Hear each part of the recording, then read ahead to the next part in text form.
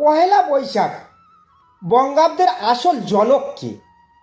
রাজা শশাঙ্ক নাকি মুঘল সম্রাট আকবর? এ বিষয়ে আপনাদের কিছু বলবো। শুরু করছি আজকের ভিডিও।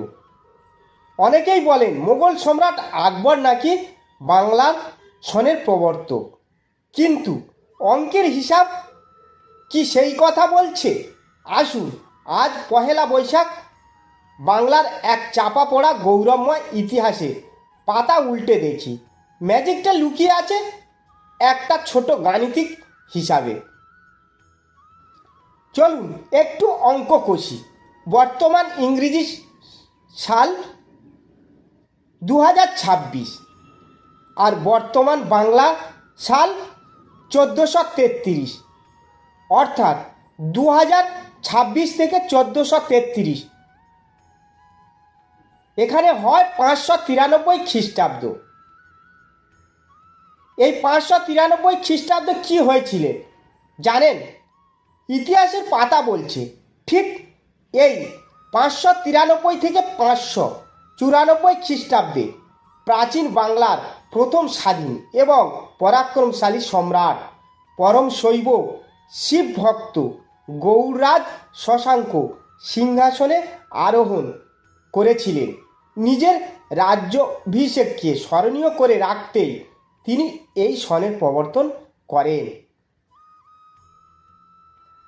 তাহলে আকবরের তত্ত্ব কেন ভুল? সম্রাট আকবর সিংহাসনে বসেছিলেন 1556 খ্রিস্টাব্দে। যদি আকবরই বাংলা সনের শূন্য থেকে শুরু করতেন তবে আজ বাংলা সন হতো মাত্র 470 বছর। 1433 সাল কোনোভাবেই আসতো না। আকবর কেবল খাজনা আদায়ের সুবিধার জন্য আমাদের প্রাচীন সৌর পঞ্জিকার সাথে হিজরি সনের একটা জোড়াতালি দিয়েছিলেন মাত্র, নতুন কিছু তৈরি করেননি।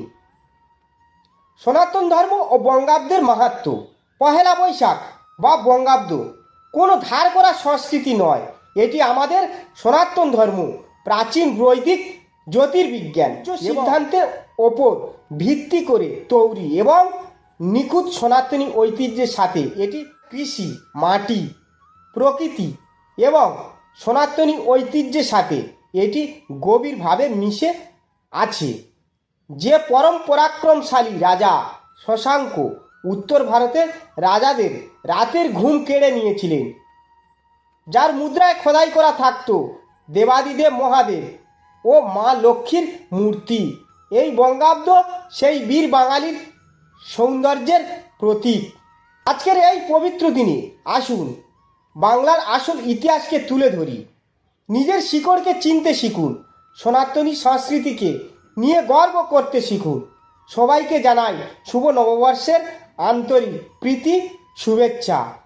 2033 বঙ্গাব্দ সবার জীবনে মঙ্গল বয়ে আসুক। জয়তু গৌড়রাজ শশাঙ্ক। সনাতন ধর্মের জয় হোক।